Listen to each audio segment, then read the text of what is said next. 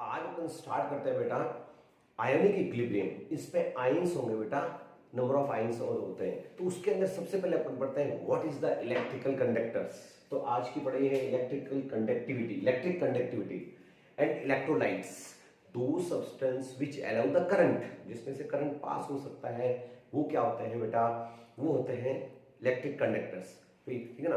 और कुछ ऐसे सब्सटेंस होते हैं उसमें से करंट आता ही नहीं, उसमें इलेक्ट्रिसिटी पास नहीं होती। क्यों? क्योंकि वो आयोनाइज नहीं होते हैं। तो दो सब्सटेंस, क्या डेफिनेशन है इसको आप नोट करेंगे कि those substance which allow the current to pass through them are called electrical conductors. Electric conductors की पहचान है कि उसमें से क्या होगा, करंट पास हो सकता है। बहुत सिंपल बात बताऊं कि कोई भी सॉल्ट होते हैं जो आयनाइज हो जाते हैं वो तो होते हैं इलेक्ट्रिक कंडक्टर्स। लेकिन जैसे अपने वुड है, लकड़ी, अब ये सी, अब कार्बन मीथेन है, तो इसको पानी में डाल के डिसॉल्व करेंगे, ये क्या है, नॉन कंडक्टेंस है। जो इलेक्ट्रिसिटी को कंडक्ट नहीं कर पाते वो नॉन कंडक्टर, ये नॉन कंडक्टर है बेटा। कार्बन है, नॉन कंडक्टर हो गया। इसी तरह से ये जो हाइड्रोकार्बन है, मीथेन गैस है, इथेन है, जैसे कार्बन टेट्राक्लोराइड है, CCl4 है, ऐसे सब्सटेंस जिनसे होकर के करंट नहीं जा सकता, वो आयोनाइज नहीं होते हैं, वो क्या होते हैं बेटा, वो non conductors of electricity, non conductors. ठीक है बेटा। तो नॉन कंडक्टर्स ऑफ इलेक्ट्रिसिटी होते हैं। लेकिन अपने इनका कोई काम नहीं इस चैप्टर में, इसमें तो अपन को आयोनाइज होने वाली चाहिए, अपन को चाहिए electrolytes, those substance which are ionize in the solution non as electrolyte. Okay, तो there are two type of ionic electrolyte, या इनको कहते हैं आयोनिक कंडक्टर्स। दुनिया में दो तरह के कंडक्टर होते हैं, एक तो स्ट्रॉन्ग इलेक्ट्रोलाइट जो जल्दी आयोनाइज हो जाते हैं, ज्यादा आयोनाइज होते हैं, वो तो स्ट्रॉन्ग इलेक्ट्रोलाइट, और जिनका आयोनाइजेशन कम होता है, जिनसे करंट पास कम होता है, वो होता है वीक इलेक्ट्रोलाइट। तो स्ट्रॉन्ग इलेक्ट्रोलाइट में स्ट्रॉन्ग एसिड आएंगे, स्ट्रॉन्ग बेस आएंगे बेटा, और वीक एसिड और वीक बेस। तो बेटा उसमें सारे इलेक्ट्रोलाइट आते हैं। तो स्ट्रॉन्ग इलेक्ट्रोलाइट क्या होते हैं, those compound which are completely, उनको कंप्लीटली 100% आयोनाइज मानते हैं, वो होते हैं स्ट्रॉन्ग इलेक्ट्रोलाइट। ओके, तो इलेक्ट्रोलाइट जो होते हैं, जो आयंस बनाते हैं, वो दो तरह के होते हैं। एक तो होता है स्ट्रॉन्ग इलेक्ट्रोलाइट और एक होता है वीक इलेक्ट्रोलाइट। तो अपन सबसे पहले किसकी डेफिनेशन लिख लेते हैं, स्ट्रॉन्ग इलेक्ट्रोलाइट के बारे में जानते हैं बेटा। स्ट्रॉन्ग इलेक्ट्रोलाइट क्या होता है, तो सबसे पहले लेते हैं स्ट्रॉन्ग इलेक्ट्रोलाइट, दो substance which are almost completely ionize called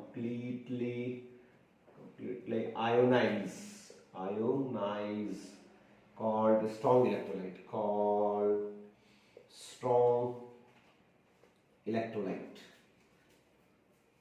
और ये जितने आयनाइज होते हैं ना, उसको बोलते हैं डिग्री ऑफ आयनाइजेशन, उसको अल्फा डिनोट किया जाता है। क्या होती है बेटा, आगे आने वाली है डिग्री ऑफ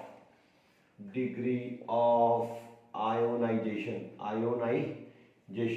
ये होती है अल्फा। इनके अल्फा की वैल्यू 1 होती है, यानी ऑलमोस्ट वो ये मानते हैं कि ये 100% कंप्लीटली आयोनाइज हो जाते हैं। इसी में अपने स्ट्रॉन्ग एसिड्स आते हैं, जैसे ये स्ट्रॉन्ग एसिड है बेटा, स्ट्रॉन्ग एसिड।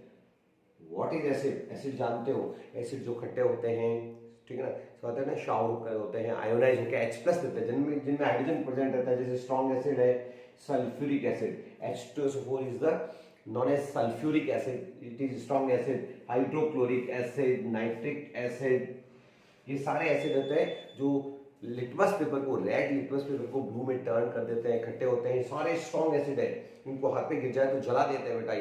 ये कॉरेसिव होते हैं, कॉरेसिव मतलब जो स्किन को बर्न कर देते हैं, ये एसिड्स होते हैं बेटा, ये स्ट्रॉन्ग एसिड है बेटा।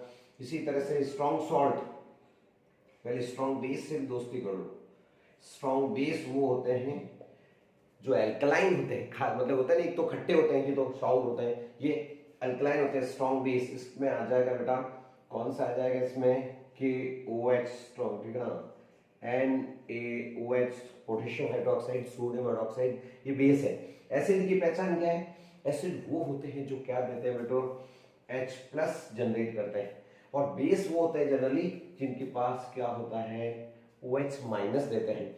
और कुछ सॉल्ट भी होते हैं, उनको कहते हैं स्ट्रॉन्ग सॉल्ट्स, जैसे अपन खाते हैं वो स्ट्रॉन्ग सॉल्ट ही है, सॉल्ट है, नमक खाते हैं ना अपन, ये सॉल्ट होते हैं।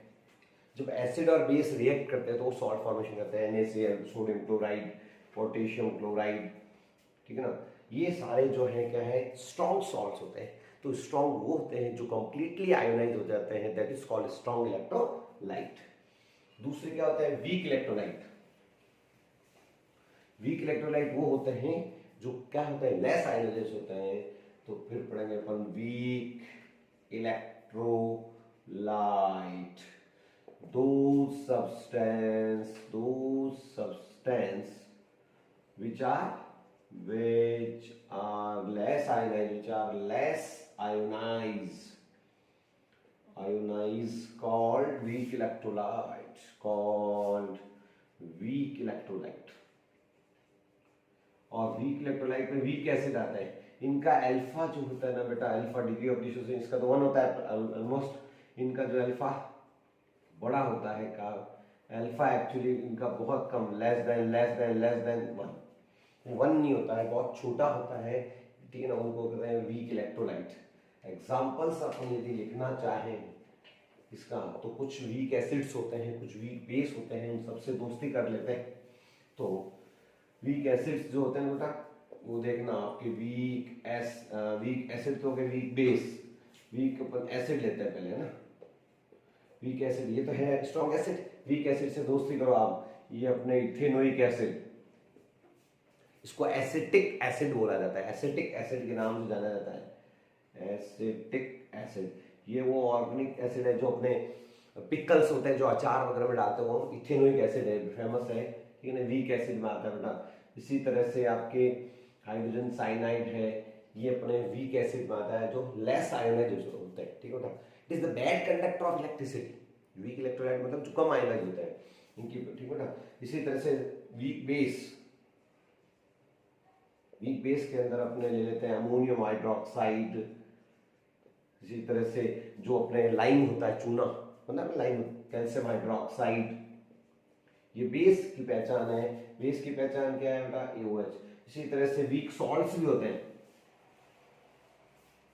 वीक अपन सॉल्ट्स भी ले सकते हैं जो वीक एसिड और वीक एसिड बेस से बनते हैं। जैसे it is the weak salt ammonium acetate, ये सॉल्ट ऐसा होता है जो लेस आयोनाइज होता है, तो ये होता है बैड कंडक्टर। अब बेटा इनमें देखना है अपन को इक्विलिब्रियम। तो इक्विलिब्रियम के लिए क्या कर देंगे अपन, जो वीक इलेक्ट्रोलाइट होता है वो इक्विलिब्रियम में आ जाता है, आयंस उसको बोलते हैं आयोनिक इक्विलिब्रियम, तो उस पर भी लॉ ऑफ मास एक्शन लगेगा, ठीक है ना। तो वो देखते हैं। हाँ बेटा अब लेते हैं अपन आयोनिक इक्विलिब्रियम। तो आयोनिक इक्विलिब्रियम इज, ठीक है ना, जो मीनिंग रहता है वो किसके लिए आता है बेटा, वीक इलेक्ट्रोलाइट है, because the strong electrolyte are completely ionized, जो एक ही डायरेक्शन में जाएगा क्योंकि स्ट्रॉन्ग है। लेकिन वीक इलेक्ट्रोलाइट क्या होते हैं, there is equilibrium between non ionized and ionized part, तो उसको होता है आयोनिक इक्विलिब्रियम। तो ये किसके लिए होता है, केवल वीक इलेक्ट्रोलाइट के लिए। Weak electrolyte are partially ionized, वो पार्शियली आयोनाइज्ड होते हैं, कंप्लीटली आयोनाइज्ड नहीं होते, तभी तो वीक है ना वो बेटा। तो अपन कहेंगे weak electrolytes are the partially ionized in aqueous solution. उसको जब पानी में डिसॉल्व करते हैं, एक्वस मतलब वाटर में डिसॉल्व करते हैं, then there is equilibrium between them, उनमें क्या आ जाता है, इक्विलिब्रियम आ जाता है non ionic part and ionic part में। This type of equilibrium is called ionic equilibrium. There is a in aqueous solution and there is a equilibrium between them. किसमें बेटा, equilibrium them किसमें होता है, ionized part and non-ionized part, ionized and non-ionized part. Then this type of equilibrium, ionized part और non-ionized part में equilibrium आ जाता है। This type of equilibrium is called ionic equilibrium. Suppose a weak electrolyte अपन ले लेते हैं, मान लीजिए एक weak acid है, वो है Ha और वो क्या दे रहा है, H+ और H+ देता है एसिड और A+, ठीक है ना। तो इस पर क्या लगाएंगे, वही लॉ ऑफ मास एक्शन लगाइए बेटा। क्या था law, according to equilibrium constant K equals to क्या हो गया, concentration of H+ ion, concentration of the reactant upon product, concentration of A minus upon concentration of HA, right? It is the equilibrium. What is the K here? K is called equilibrium constant, और कौन सा constant, वही ionic equilibrium, समझा। तो it is called ionic equilibrium. सारे वही rules follow करते हैं। और ये एसिड है तो उसके लिए के ए हो जाएगा, बेस है तो उसके लिए के बी हो जाएगा बेटा, ठीक है ना। और के ए जितना हो जाता होगा, H प्लस की कंसंट्रेशन डायरेक्टली प्रोपोर्शनल होगी वैल्यू ऑफ के गिवन होगी बेटा। जितनी ज्यादा इक्विलिब्रियम कांस्टेंट की वैल्यू होगी के की, ये के डायरेक्टली प्रोपोर्शनल है, तो उतना स्ट्रॉन्ग एसिड होगा। तो के ए की वैल्यू यदि ज्यादा है, किसी की हाई वैल्यू है, हायर वैल्यू, वो स्ट्रॉन्ग एसिड होता है। वो किसके लिए होती है बेटा? स्ट्रॉन्ग एसिड के लिए। और यदि उसकी के ए की वैल्यू लेस है, ठीक है ना, क्योंकि इट इज डायरेक्टली प्रोपोर्शनल, और यदि के ए उसका क्या है बेटा, लेस है आपके, तो वो कैसा होगा? वो वीक एसिड होगा। तो it is called ionic equilibrium and it is called equilibrium constant for the weak acid. ये वीक एसिड के लिए इक्विलिब्रियम कांस्टेंट होता है। इसी तरह से वीक बेस के लिए क्या हो जाएगा? केबी। वीक बेस के लिए क्या हो जाएगा बेटा? केबी हो जाएगा। मान लीजिए कोई आपके बेस है, मान लीजिए BOH। बेस वो होते हैं जो जनरली क्या देते हैं बेटा? OH माइनस किसकी पहचान है रे बेटा? बेस की पहचान, ठीक है ना। और उसको जब अपन लिखेंगे इसका Kb हो जाएगा, और Kb किसका होगा बेटा? वही concentration of B, concentration of OH minus upon concentration of BOH। तो Kb की वैल्यूज, Kb डायरेक्टली प्रोपोर्शनल है किसके बेटा? OH माइनस आयन कंसंट्रेशन के। तो Kb जितना चाहता होगा वो उतना ही स्ट्रॉन्ग क्या होगा? वो बेस होगा। तो इक्विलिब्रियम कांस्टेंट, ये it is the ionic equilibrium. Okay, now we are calculate the degree of ionization alpha. Alpha मतलब कितने परसेंट डायोनाइज हो जाता है, तो अपन कैसे उसको कैलकुलेट करेंगे? उसको बोलते हैं बेटा calculation of the degree of ionization. तो अल्फा का एक फॉर्मूला डिनोट वो कर लेते हैं, उसमें पता चल जाएगा। Now we are calculate the degree of ionization. Degree of ionization कहो या फिर इसको डिग्री ऑफ डिसोशिएट, मतलब उसको ब्रेक करना, ठीक है ना। डिग्री ऑफ डिसोशिएशन, और अपन कह सकते हैं डिग्री ऑफ आयोनाइजेशन। एक ही बात होता है कि मान लीजिए इसको डिनोट करते हैं अल्फा से। क्या होती है बेटा? कंप्लीट पार्ट में से जितना पार्ट आयोनाइज हो जाता है that is called the alpha. क्या होता है ये? Ratio of ionized part and non ionized part is called degree of ionization, degree of ionization, degree of ionization या डिग्री ऑफ डिसोसिएशन अल्फा बोलते हैं, ठीक है ना। ये रेशियो होता है, ठीक है ना। वो कितने परसेंट, जैसे अपन कहते हैं कोई 20% प्रोडक्ट बना लिया उसने, तो 20% ब्रेक होके वो प्रोडक्ट में चला गया, तो अल्फा हो गया 20%। ओके, तो मान लीजिए अपन है एक एसिड ले लेते हैं H, वीक इलेक्ट्रोलाइट है AB ले लो, H ले लिया, कोई भी वीक इलेक्ट्रोलाइट के लिए हो सकता है, कोई जरूरी एसिड है। Suppose A weak electrolyte dissociate in the following way. AB अपन एक वीक इलेक्ट्रोलाइट ले रहे हैं, ठीक है ना, और ये आयोनाइज होगा, कंप्लीट तो होगा नहीं। वीक इलेक्ट्रोलाइट क्या होता है? जो लेस आयोनाइज होता है। तो मान लीजिए A प्लस दे रहा है, B माइनस दे रहा है, ठीक है ना। इसकी इनिशियल कंसंट्रेशन ले लेते हैं बेटा, इनिशियल कंसंट्रेशन अपन लेते हैं 1। तो प्रोडक्ट कहां से आएगा? अभी तो आयोनाइजेशन स्टार्ट ही नहीं हुआ है। जब कोई चीज स्टार्ट ही नहीं तो प्रोडक्ट कहां से आएगा? जब आपने रिएक्शन की नहीं तो प्रोडक्ट आना ही नहीं है, तो देखो प्रोडक्ट 0 आ रहा है। ये स्टार्ट में 1 बोले, इनिशियल का मतलब होता है T इक्वल्स टू 0, यानी अभी रिएक्शन स्टार्ट नहीं हुई है।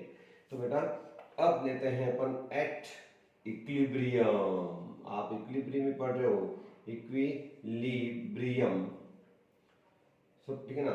डिग्री ऑफ आयोनाइजेशन अपन क्या ले रहे हैं बेटो? अल्फा। क्या ले रहे हैं? अल्फा। तो इसमें से अल्फा जो भी आयोनाइज होगा वो अपन लिख देते हैं 1 माइनस अल्फा, मतलब 20%, 30% जो भी, तो ये बनेगा अल्फा। कोई डाउट नहीं बेटा। अब उसमें से अपन ले लेते हैं हिसाब, आगे चलते हैं। ये इक्विलिब्रियम पे हो गया। अब इसका आप वो लिखो ionization constant K equals to क्या हो जाएगा, concentration of A concentration of B upon concentration of A B. Equilibrium constant K होता है, what is the K, it is the equilibrium constant, वो आयोनाइजेशन कांस्टेंट जिसको अपन के बोलते हैं। ये आयोनाइज हो रहा है तो वो हो गया ionization constant at the equilibrium. Okay, अब सबकी वैल्यू पुट कर दो।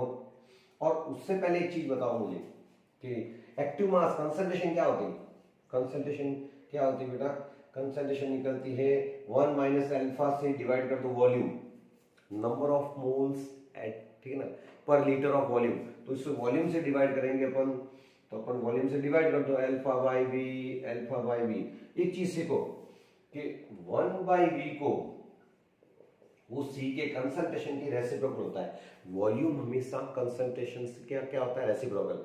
किसी में आप वाटर मिलाओगे उसकी ठीक है ना, वॉल्यूम बढ़ाओगे तो कंसंट्रेशन क्या हो जाएगी, कम। कोई चीज गाढ़ी है तो उसमें अपन वाटर ऐड करेंगे तो क्या डाइल्यूट हो जाएगी वो, ठीक है ना। तो कंसंट्रेशन और वॉल्यूम क्या होते हैं, रेसिप्रोकल होते हैं। तो ये है सी, सी का मतलब है कंसंट्रेशन और वी का मतलब क्या, वॉल्यूम। 1 बाई वी को अपन सी लिख सकते हैं, तो यहाँ 1 बाई वी को क्या लिख सकते हैं, सी। तो यहाँ अपन क्या लिख देंगे, इसको इसके पास ही लिख देता हूँ 1 माइनस अल्फा सी, ये हो गया आपकी, इसको क्या लिख सकते हैं, अल्फा सी, इसको क्या लिख सकते हैं, अल्फा सी। क्यों, क्योंकि 1 बाई वी जो होता है ना बेटो, वो क्या लिख सकते हैं, सी। तो के की वैल्यू अपन लिख सकते हैं, ए की वैल्यू क्या है देखो, अल्फा सी, ए के नीचे रहा अल्फा सी, बी की वैल्यू क्या होगी देखो, अल्फा सी, और 1 माइनस ए बी की वैल्यू क्या होगी, 1 minus alpha C. C for concentration है बेटा, क्या है, तो आपके फॉर्मूला आ जाएगा बेटा, कोई दिक्कत नहीं आने वाली इस फॉर्मूले में। K इक्वल्स टू अल्फा, ये अल्फा से तो ये हो गया अल्फा स्क्वायर, ये एक सी काट लो, alpha square C 1 minus alpha, what is alpha here, degree of dissociation. तो ये फॉर्मूला भी अच्छा फॉर्मूला है कि आप अल्फा कैसे निकालेंगे, तो ये आपके आयोनाइजेशन कांस्टेंट जो है एट इक्विलिब्रियम है। अब ध्यान देना, ये तो कंसंट्रेशन की फॉर्म में आ गया कि मैं मान लीजिए कोई वीक इलेक्ट्रोलाइट है तो वो तो कम आयनाइज होता है, तो 1 इज ग्रेटर देन अल्फा। यदि ये कितना बड़ा है, ठीक है नहीं, अल्फा बेचारा बहुत कम होता है, किसके लिए, for weak electrolyte. Week electrolyte के लिए अल्फा बहुत बेचारा कम होता है, तो नेग्लिजिबल मान लो, उसको छोड़ दो। वही बहुत सारी चीज में से बहुत छोटी चीज को नेग्लेक्ट करते हैं, नेग्लेक्शन, ठीक है ना, तो ये नेग्लेक्ट हो जाएगा, ये नहीं करना है, कंपेयर यहाँ करते हैं तो ठीक है ना, जब कंपेयर यहाँ करते हैं तो ऊपर वाला नेग्लेक्ट नहीं करना है। तो क्या हो जाएगा, K equals to alpha square C, alpha square equals to क्या हो जाएगा, ये अपॉन में चला जाएगा, के अपॉन ये नीचे ले जाओ सी, ठीक है ना, अल्फा स्क्वायर, और अल्फा निकालना है तो स्क्वायर को हटाओगे तो रूट कर दोगे, तो रूट ऑफ के सी, ठीक है बेटा। और अभी वापस अपन ये फॉर्मूला भी इंपॉर्टेंट है बेटो, 1 बाई सी को अपन क्या लिख सकते हैं, वी, ये वाला यहाँ ले जाओ, ये है ना कंसंट्रेशन, ठीक है ना, तो उसको लिख सकते हैं वी, तो अल्फा इक्वल्स टू क्या देगा, रूट के वी। और जब बेटा, ठीक है ना, अपन इक्वल हटाते हैं तो प्रोपोर्शनल कांस्टेंट ये लगा सकते हैं, ये कांस्टेंट है, ठीक है ना, तो alpha is directly proportional to, ये प्रोपोर्शनलिटी का निशान, ये अल्फा, इसको अल्फा को थोड़ा चेंज कर दो ऐसे, alpha equals to directly proportional to root V. जब कांस्टेंट को हटाते तो प्रोपोर्शनलिटी लगा सकते हैं, तो ये है बेटा अल्फा जो होती है डिग्री ऑफ डिसोसिएशन वॉल्यूम के रूट की डायरेक्टली प्रोपोर्शनल होती है। मतलब किसी का वॉल्यूम बढ़ाते हैं, किसी में पानी डालते हैं, वॉल्यूम डालते हैं लैक्टोस, ना, तो आयोनाइजेशन उसका बढ़ता है, याद रखना। It is called Ostwald dilution law. एक लॉ है बेटा, ओस्टवाल्ट डाइल्यूशन लॉ, ये फेमस लॉ है, इसमें डाइल्यूशन, ओस्टवाल्ट डाइल्यूशन लॉ के नाम से जाना जाता है। तो ये होती है डिग्री ऑफ डिसोसिएशन अल्फा।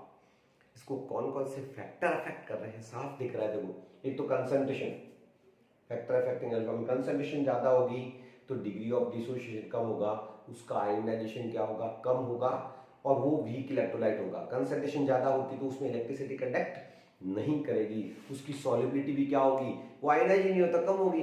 तो सॉल्युबिलिटी पे अपन ये बता सकते हैं, जितना ज्यादा वॉल्यूम बढ़ाओगे उसमें अंदर डाइल्यूशन करोगे वो आयोनाइज हो जाएगा ज्यादा, तो अल्फा बढ़ेगी। तो ये है फैक्टर्स जो सामने दिख रहे हैं, फॉर्मूले में दिख रहे हैं, फैक्टर अफेक्टिंग अल्फा।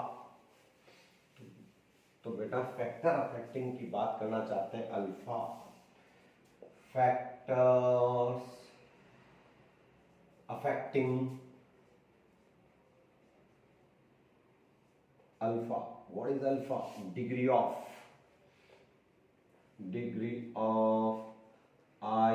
ionization। और साफ पहला फैक्टर दिख रहा है कंसंट्रेशन। बताओ आप क्या होगा, कंसंट्रेशन जितनी ज्यादा होगी वो इलेक्ट्रोलाइट उतना ही क्या होगा, वीक होगा। देखो अल्फा इनवर्सली प्रोपोर्शनल, इससे आ जाएगा alpha is inversely proportional to root of, inversely proportional to concentration. Simple सी बात, 1/c लिख सकता हूं, ठीक है ना।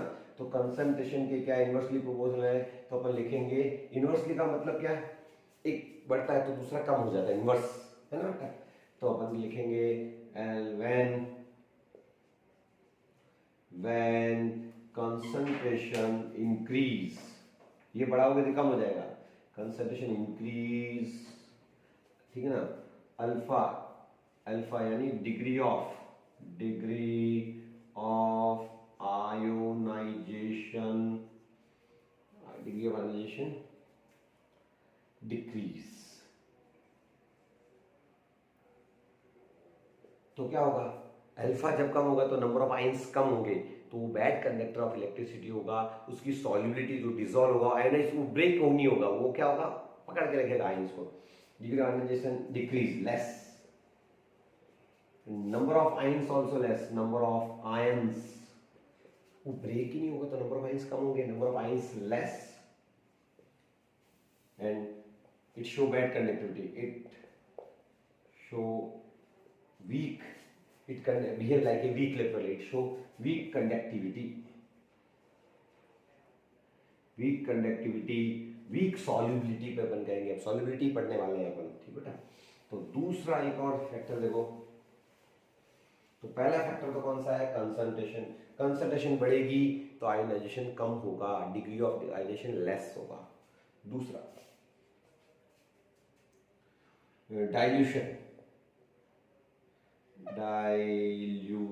डाइल्यूशन का क्या मतलब होता है, वॉल्यूम इंक्रीज करना, पानी डाल दो उसमें, किसी में पानी डाल दो तो क्या हो जाता है, डाइल्यूट हो जाता है, ठीक है। तो डाइल्यूशन का मतलब है बेटा, डाइल्यूशन कहो चाहे इसको कहते हैं अपन वॉल्यूम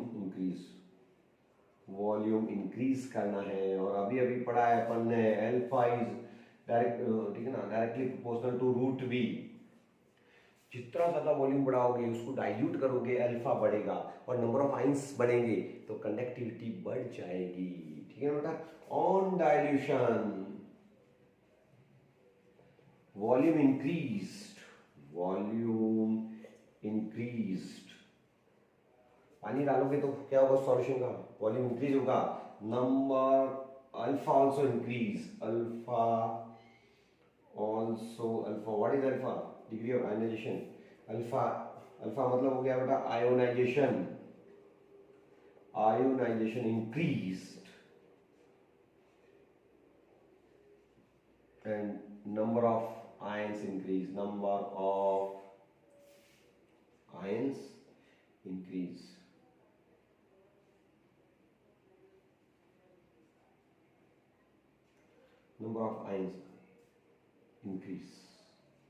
और नंबर ऑफ आयंस बढ़ेंगे तो कंडक्टिविटी बढ़ेगी, अच्छा हो जाएगा। तीसरा है नेचर ऑफ इलेक्ट्रोलाइट, यदि स्ट्रॉन्ग इलेक्ट्रोलाइट है तो ज्यादा आयनाइज होगा, तो तीसरा नेचर है, और वीक इलेक्ट्रोलाइट है तो कम आयनाइज होगा, तो उस पर भी डिपेंड करेगा सॉल्युबिलिटी। और चौथा अपन पढ़ने वाले हैं कॉमन आयन इफेक्ट, क्या पढ़ने वाले हैं, और वो सॉल्युबिलिटी, मतलब जो ये आयनाइज होते हैं बेटा वो डिसॉल्व हो जाते हैं, उसको सॉल्युबिलिटी बोलते हैं। तो अपन अब सॉल्युबिलिटी और कॉमन आयन इफेक्ट पढ़ेंगे नेक्स्ट में।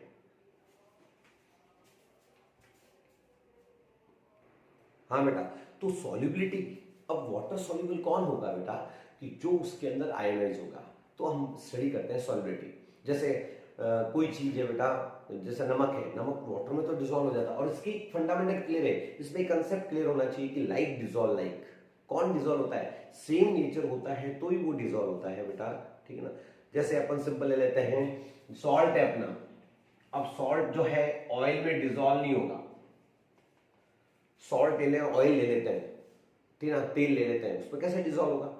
और वही सॉल्ट यदि अपन क्या ले लेते हैं, अपन वाटर में ले लेते हैं, तो वो हो जाएगा डिसॉल्व, वो सॉल्युबल हो जाएगा, तो उसकी वो होती है सॉल्युबिलिटी।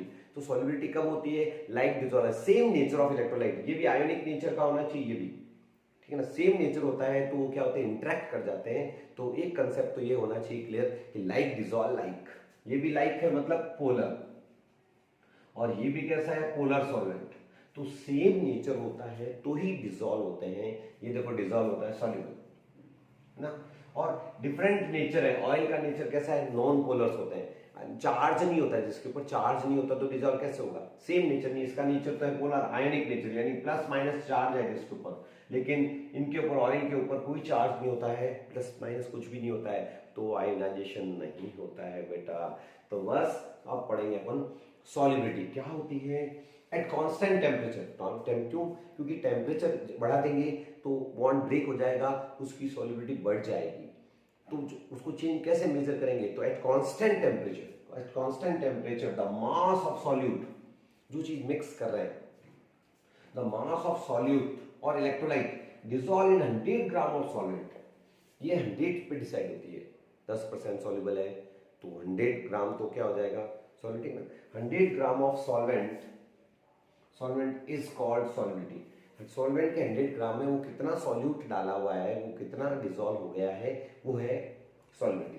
तो ये पुरानी कंसेप्ट है, जब मोल कंसेप्ट नहीं आया था, अब तो मोल्स कंसेप्ट आ गया, तो क्या है बेटा, ये सबको आती है, वो अपन ने मोलैलिटी पढ़ी थी ना, वो तो क्या है, देखो और करके लिखो, नंबर ऑफ मोल्स, ठीक है ना, ग्राम मोल्स, इसको अपन ग्राम में डिनोट करते हैं, of a solvent dissolve in 1 litre of solution, 1 litre solution में कितने मोल्स के हैं, किसके बेटा, सॉल्यूट के, उसको मोलैलिटी पढ़ा है, तो number of moles of A solute dissolve in 1 litre of water कह दो, सॉल्यूशन कह दीजिए, is called solubility of that of solute, solubility of उस सॉल्यूट। अपन ने पढ़ चुके हैं, ये मोलैलिटी थी ना, वॉल्यूम से डिसाइड होती है, तो वो होती है आपकी सॉल्यूट। इसको अपन फॉर्मूला भी लिख सकते हैं बेटा इसका, जिसको अपन कहते हैं मोलैलिटी, याद होती है, concentration, number of moles of solute,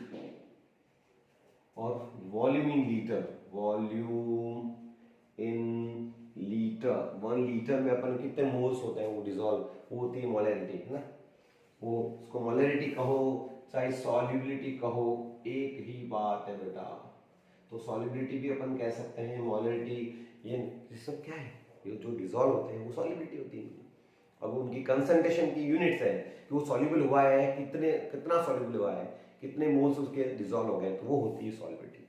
तो बेटा अब सॉल्युबिलिटी क्या करती है, इफेक्ट हो जाती है, सॉल्युबिलिटी किसी की कम हो जाती है, तो अपन एक पढ़ेंगे अपन कॉमन आयन इफेक्ट। यदि किसी स्ट्रॉन्ग के अंदर या स्ट्रॉन्ग को वीक के अंदर मिक्स कर दिया जाए तो सॉल्युबिलिटी किस तरह से अफेक्ट होती है, वो एक इफेक्ट है, बहुत इंपॉर्टेंट टॉपिक है, उसका नाम है कॉमन आयन इफेक्ट। तो कॉमन आयन इफेक्ट देखते हैं क्या होता है।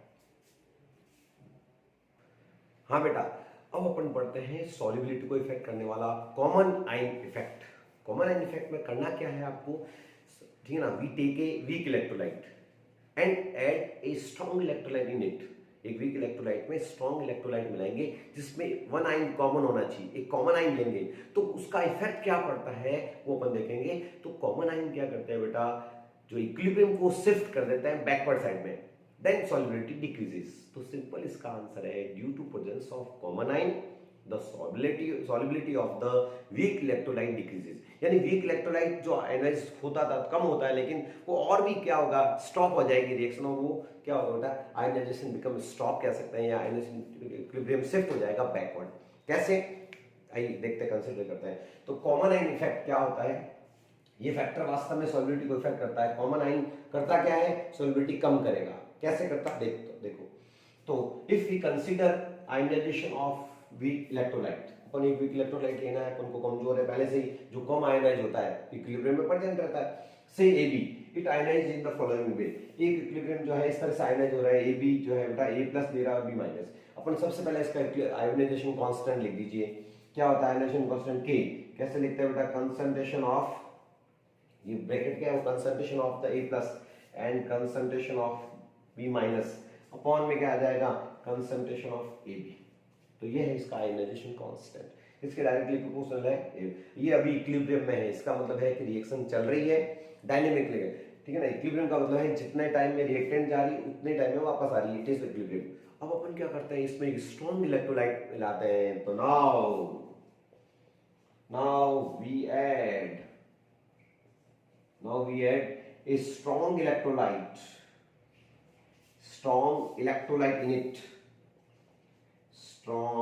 electrolyte in it, अपन अब क्या स्ट्रॉन्ग इलेक्ट्रोलाइट मान लीजिए AC मिला देते हैं, ये कैसा है strong, in which one common ion, ये कॉमन आयन प्रेजेंट है, in which one common ion present,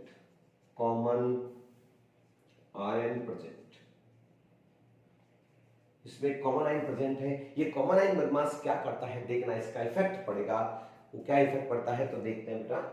तो इसमें अपन ने क्या मिलाया है, कॉमन आयन AC, किसमें AB में, तो देखना क्या होता है। तो पहले से कौन सा इक्विलिब्रियम प्रेजेंट है, ये वाला, ये कैसा इलेक्ट्रोलाइट है, वीक इलेक्ट्रोलाइट, ओके। और बेटो वीक इलेक्ट्रोलाइट है वो किस क्या आयनाइज होगा तो, और इक्विलिब्रियम का निशान भी लगाया कि वीक ही जो है, वीक उसको कहते हैं जो आयनाइज नहीं होता है, तो इक्विलिब्रियम में प्रेजेंट रहता है। तो A प्लस B और B माइनस। अब अपन ने क्या मिलाया है, स्ट्रॉन्ग इलेक्ट्रोलाइट AC लीजिए। स्ट्रॉन्ग इलेक्ट्रोलाइट किसको बोलते हैं, इलेक्ट्रोलाइट जो आयनाइज होगा, वो तो अच्छा आयनाइज होगा ना, ये A प्लस और B माइनस। आप देखना AC माइनस, ये अब यहाँ पे गोला मैंने क्यों लगाया, because it is the common ion, दोनों में कॉमन है, ए कॉमन आयन है, तो इसका इफेक्ट क्या होगा देखना, ठीक है। तो ये है बेटा कॉमन आयन क्या करेगा बताओ मुझे। अब कंसंट्रेशन ऑफ ए बढ़ेगी, देखो ये रखे, इसके directly proportional, K directly proportional to concentration of A plus, तो इक्विलिब्रियम कांस्टेंट के की वैल्यू बढ़ेगी, लेकिन ये तो कांस्टेंट है ना, तो ये क्या करेगा, जब ए बढ़ेगा तो ए की कंसंट्रेशन बढ़ेगी तो के भी बढ़ेगा, बट इट इज कांस्टेंट, याद करो ली-चटर्टल प्रिंसिपल, ठीक है ना। इक्विलिब्रियम किधर शिफ्ट हो जाएगा, बैकवर्ड शिफ्ट हो जाएगा, according to Le Chatelier principle. When concentration of equilibrium constant increase, a increase concentration of, okay, तो K increase, but it is constant, ये तो कांस्टेंट है, वापस नीचे लाना क्या होगा, ए भी बढ़ा दो, तो इक्विलिब्रियम किधर जाएगा बेटा, बैकवर्ड, तो ए की बढ़ेगी कंसंट्रेशन तो के बढ़ेगा, बट according to ली-चटर्टल प्रिंसिपल, याद करो, के increased when concentration of A plus increase concentration equilibrium KC, वही अपने केपी केसी वाली बात करो, उसको कैसे, ठीक है ना, increase केसी also increase, इसको कैसे कह सकते हैं, इंक्रीज, ठीक है ना, but it is constant,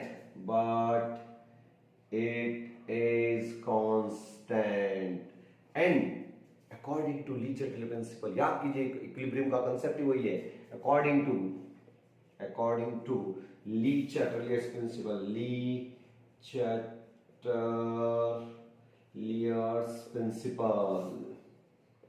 ली-चटर्टल principle, equilibrium, ये जो इक्विलिब्रियम है बेटा वीक इलेक्ट्रोलाइट का, backward shift, equilibrium shifts in backward direction,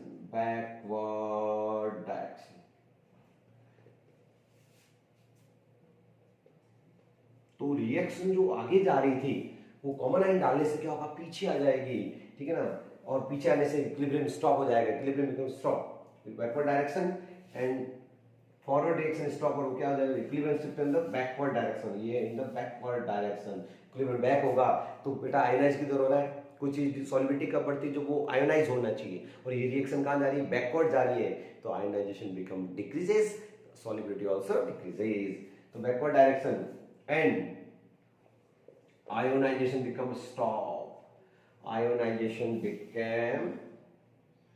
become stop, solubility decreases, solubility decreases। तो ये होता है बच्चों कॉमन आयन का कमाल। Due to common ion equilibrium backward shift हो जाता है और सॉल्युबिलिटी डिक्रीज हो जाती है। इसका बहुत बढ़िया एग्जांपल लेते हैं। केमिस्ट्री में जब हम लैब के अंदर प्रैक्टिकल्स करेंगे अपन, तो एक सॉल्ट लेंगे, एक सॉल्ट ऐसा सॉल्ट है जो वीक है, उसके अपन अंदर स्ट्रॉन्ग सॉल्ट मिला देंगे तो इक्विलिब्रियम सॉल्युबिलिटी क्या हो जाएगी, कम हो जाएगी। तो एग्जांपल लेते हैं बेटा, ये तो अपन ने ये भी लिया है, we take a new example. Okay, तो इसको आपने नोट कर लिया होगा। सॉल्युबिलिटी क्या होगा, equilibrium shift in the backward. ये वीक और वीक हो जाता है, इसमें और कुछ भी नहीं है। ओके, एक एग्जांपल लेते हैं, इसको नोट कर लेना आप। मान लीजिए नहीं कर पाते तो वीडियो पॉज करके लिख लें, उसके बाद आगे बढ़े। ओके, तो बेटा एक एग्जांपल लेते हैं। सपोज ये एग्जांपल है बेटा, खूब सारे एग्जांपल है केमिस्ट्री में, इसके बहुत ज्यादा यूज होते हैं। इनके सॉल्ट के अंदर एक दूसरा सॉल्ट मिला दो, आयनाइजेशन कम हो जाएगा। कैसे, suppose we add NH4Cl in NH4OH, it is the weak electrolyte। ये तो है weak electrolyte। प्रैक्टिकल्स में, केमिस्ट्री प्रैक्टिकल के लैब के अंदर सॉल्ट एनालिसिस होता है, उसके अंदर ये लेते हैं थर्ड ग्रुप में, ये सॉल्ट वाला, इसके अंदर ये मिक्स करना था। ये है आपके वीक इलेक्ट्रोलाइट और ये है स्ट्रॉन्ग। तो सपोज पहले तो वीक इलेक्ट्रोलाइट को कैसे आयनाइज होता है, weak electrolyte is less ionize, ये आयनाइजेशन होगा तो क्या देगा बेटा, NH4 plus ion ammonium cation देगा और ये आयनाइज होगा। इस तरह से आयनाइजेशन हुआ। तो वीक इलेक्ट्रोलाइट का क्या होता है, वीक इलेक्ट्रोलाइट इक्विलिब्रियम में प्रेजेंट रहता है। स्ट्रॉन्ग तो एक ही डायरेक्शन में जाता है, लेकिन वीक इसका इक्विलिब्रियम कांस्टेंट लिखो, it is weak electrolyte.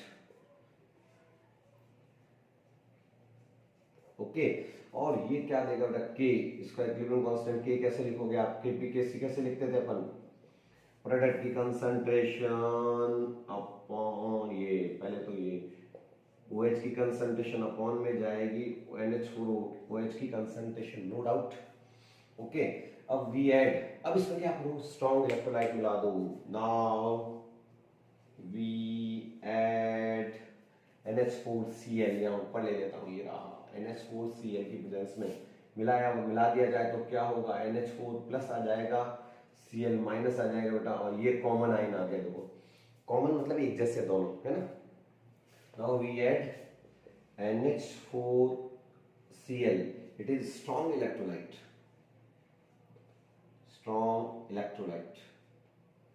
strong electrolyte